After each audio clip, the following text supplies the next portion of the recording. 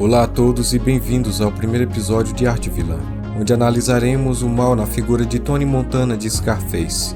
Tony Montana é um personagem amplamente reconhecido em todo o mundo, um homem carismático, persistente e feroz. Com algumas conexões e pura determinação, ele saiu de um passado de refugiado em uma nação empobrecida e repressiva para viver o sonho americano como um traficante de drogas incrivelmente rico. Em uma análise como essa, é importante primeiro abordar a natureza criminosa do jogo, antes de prosseguir e esclarecer as coisas. Personagens como Tony Montana são exaltados por suas personalidades e sua capacidade de ascender partindo do nada. No entanto, é essencial reconhecer que a abordagem de Tony para atingir seus objetivos é terrível. Não estou aqui para discutir a legalidade ou moralidade do uso de drogas, mas no contexto deste filme, o comércio em que Tony está envolvido é marcado pela brutalidade, morte e desespero. Embora a maioria das vítimas de suas ações sejam outros criminosos que também jogam o mesmo jogo, isso não torna a proliferação de assassinatos e sofrimento menos condenável, nem justifica as repercussões horríveis que suas ações causam não apenas para os envolvidos, mas também para aqueles ao seu redor que não estão diretamente envolvidos. Dito isso, neste vídeo vamos analisar o que torna Tony um personagem tão brutal e cativante que se tornou um ícone cultural e um dos personagens mais memoráveis da história do cinema.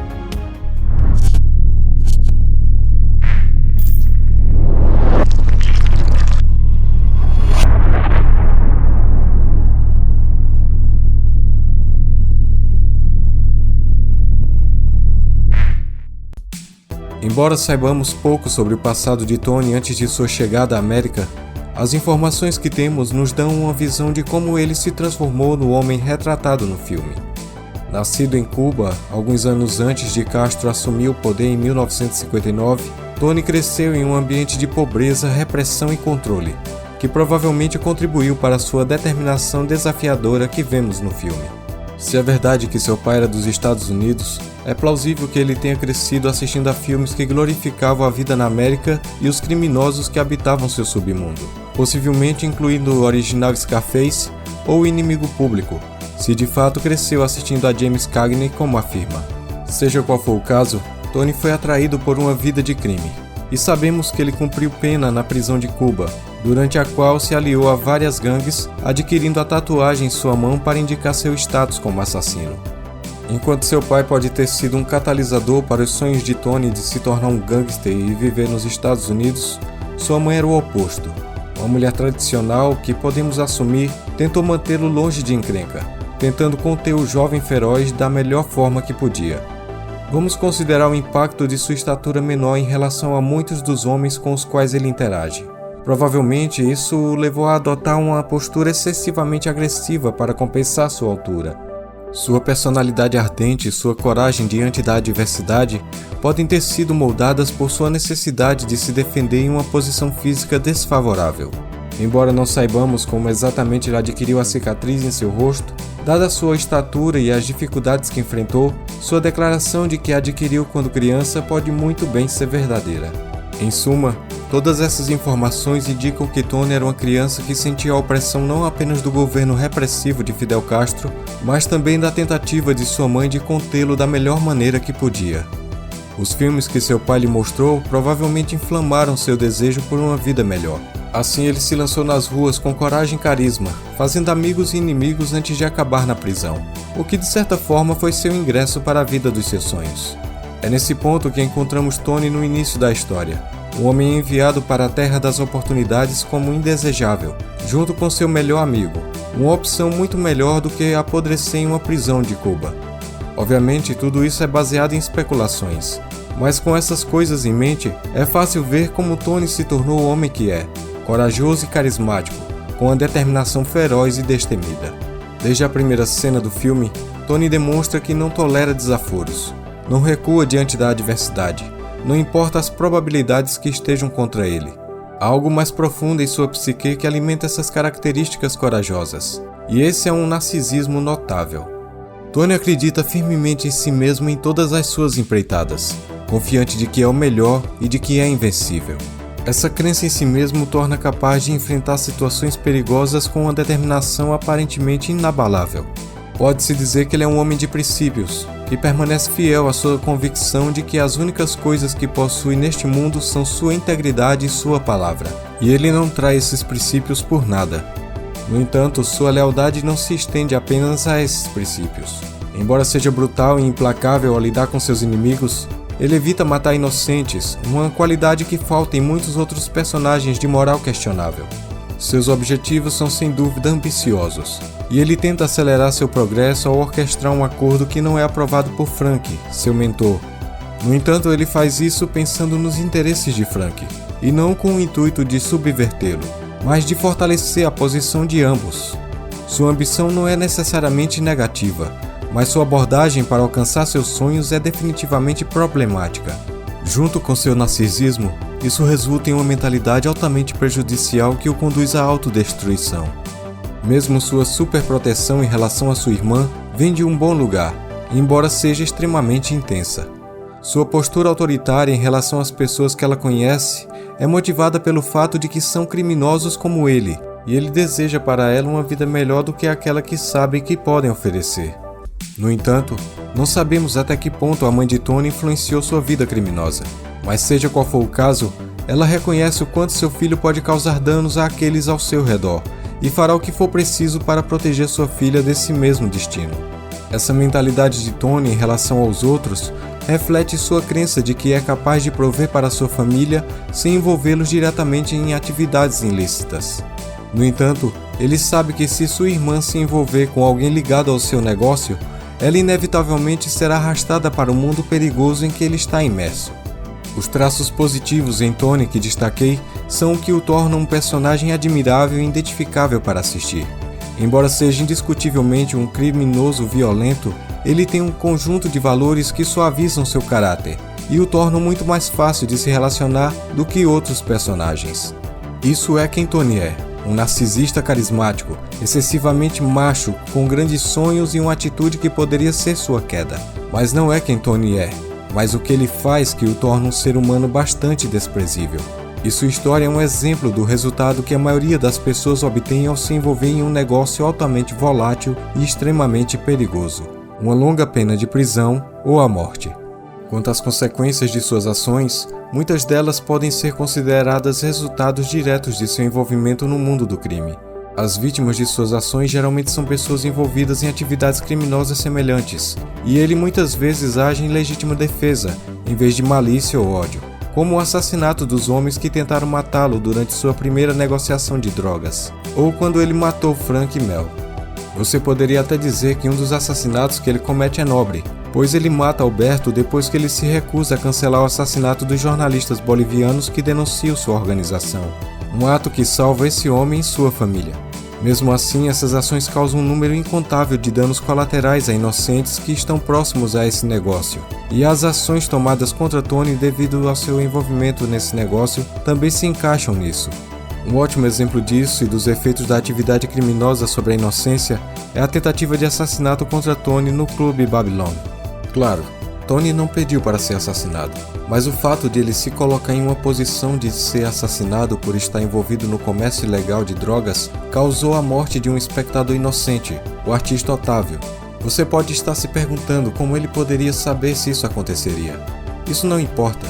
O que importa é que se Tony Montana tivesse decidido ir para os Estados Unidos e trabalhar em um emprego como sua mãe, ou abrir um restaurante como seu antigo empregador, isso nunca teria ocorrido. E algo semelhante seria quase impossível se ele tivesse seguido os canais legítimos. Você pode argumentar que um imigrante que vem do nada tem apenas uma pequena chance de alcançar a grandeza neste mundo sem a ajuda de fontes ilegítimas. Mas isso definitivamente não é verdade. E você pode encontrar uma variedade de pessoas bem-sucedidas que foram para os Estados Unidos apenas com as roupas nas costas e depois alcançaram altos níveis de sucesso. E se Tony tivesse colocado sua mente nisso, um homem como ele provavelmente poderia ter sucesso em qualquer empreendimento que escolhesse perseguir. Agora, anteriormente eu disse que a maioria de suas ações poderia ser atribuída a este estilo de vida criminoso e, portanto, são mais perdoadas de certa forma. Mas eu disse a maioria, não todas. Há um ato em particular que selou o destino de Tony, um ato que todos nós repudiamos. O assassinato de seu amigo e irmão Manny, na segunda metade do filme. nós temos vislumbres de todos os pequenos fatores que desempenham um papel na reação de Tony a esse evento. Fatores que contribuem para a sua queda lenta e segura. Tony, depois de um período inicial de lua de mel, agora se acomodou em sua vida como um homem rico, mas não está confortável. Ele pode ter dinheiro, poder e a mulher de seus sonhos, mas agora está preso à paranoia, à dependência de drogas e a um casamento infeliz e sem filhos. Ele está constantemente de olho em sua segurança e lidando com a atitude de Elvira, depois de ser incriminado em parte devido a um erro de julgamento de Manny, sendo forçado a fazer o trabalho sujo de Sosa para se salvar de uma sentença de prisão de 3 anos. Tony percebe o quão profundamente feliz está sendo o topo. Antes ele tinha empolgação e metas para alcançar, mas agora ele tem rotina e vazio, uma vida em que vive cada dia da mesma forma, sem nada para esperar.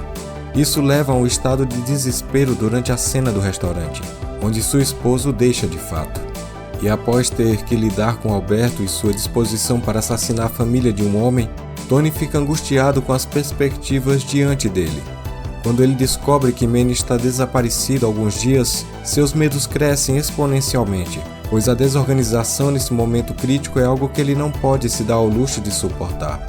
Ele sabe que está sendo alvo de uma conspiração há muito tempo temida. Depois de ficar extremamente drogado, ele contempla seu próximo passo quando sua mãe liga para informá-lo de que Gina está desaparecida. Isso desencadeia uma corrida desesperada para encontrar sua irmã, cuja vida ele temia naquele momento. Completamente alheio à conexão óbvia aqui, Tony encontra sua irmã meio nua no topo da escadaria de seu melhor amigo. Se fosse em qualquer outro momento da vida de Tony, talvez ele reagisse de maneira diferente. Mas com todos os eventos trágicos recentes que aconteceram em questão de dias, a ausência de Manny em sua hora de necessidade e seu estado mental frágil devido à alta que tomou, ele vê nada mais do que traição absoluta diante de si. Sua ascensão realmente foi o começo do fim para Tony, pois ele não estava preparado para lidar com um influxo tão grande de dinheiro e poder, resultando em excessos extravagantes em todas as coisas, especialmente nas drogas que quase selaram o destino de Tony. No entanto, esse assassinato foi o último prego no caixão. Talvez se ele não tivesse matado Manny, ele poderia ter organizado uma defesa adequada contra Sosa. Talvez ele pudesse ter se escondido na casa de Manny até que o calor diminuísse, e eles fossem capazes de elaborar um plano eficaz. Poderiam ter acontecido tantas coisas se Tony não tivesse feito o que fez, mas em vez disso, ele volta para sua casa para afundar em uma quantidade absurda de drogas. O horror do que ele fez o atinge conforme seu efeito psicoativo vai e volta, e a calamidade se aproxima cada vez mais, enquanto sua irmã angustiada vem até ele com a intenção de matá-lo, e seus inimigos cercam seu complexo. Ele não só perdeu Manny por fazer o que fez, mas também sua irmã, que agora, completamente quebrada mental e emocionalmente, entra naquela sala onde ela encontra seu fim. No final, Tony enfrenta sua queda como sempre fez, em um ato de coragem inabalável, mas acaba destruído por tudo que ele havia se tornado. Nesse fim, quem era Tony Montana? Era um homem que veio do nada, alguém que enfrentou a repressão e a adversidade, esculpindo seu lugar no mundo como um homem feroz e decidido através da força de sua vontade. Este homem, que tinha tudo no mundo contra ele, ignorou completamente as correntes que tentaram prendê-lo e tornou seu sonho realidade. Infelizmente, esse sonho foi corrompido pelas duras realidades da vida criminosa. E embora seu narcisismo e ego o tenham levado muito longe, no final eles foram sua ruína, já que um homem que nunca teme a queda está cego para o precipício à sua frente. Talvez o mundo precise de um vilão, e certamente há muitos escondidos que cometem crimes muito piores do que os de Tony, mas um vilão não anula o outro. A vida que escolhemos viver define quem somos, não a vida dos outros. Tony Montana tinha uma personalidade admirável, carisma e tenacidade. Um homem que poderia ter usado seus talentos para ser qualquer coisa que quisesse. No entanto, a vida que escolheu foi de brutalidade, desgosto e desespero, e sua disposição em viver e prosperar em um mundo de crime e violência o levou à sua destruição, deixando-o destinado a se afogar em seu próprio mal. Agradeço a todos por acompanhar este primeiro episódio de Arte Vilã. Espero que essa análise tenha oferecido uma compreensão mais profunda sobre Tony Montana e do contexto em que ele existiu.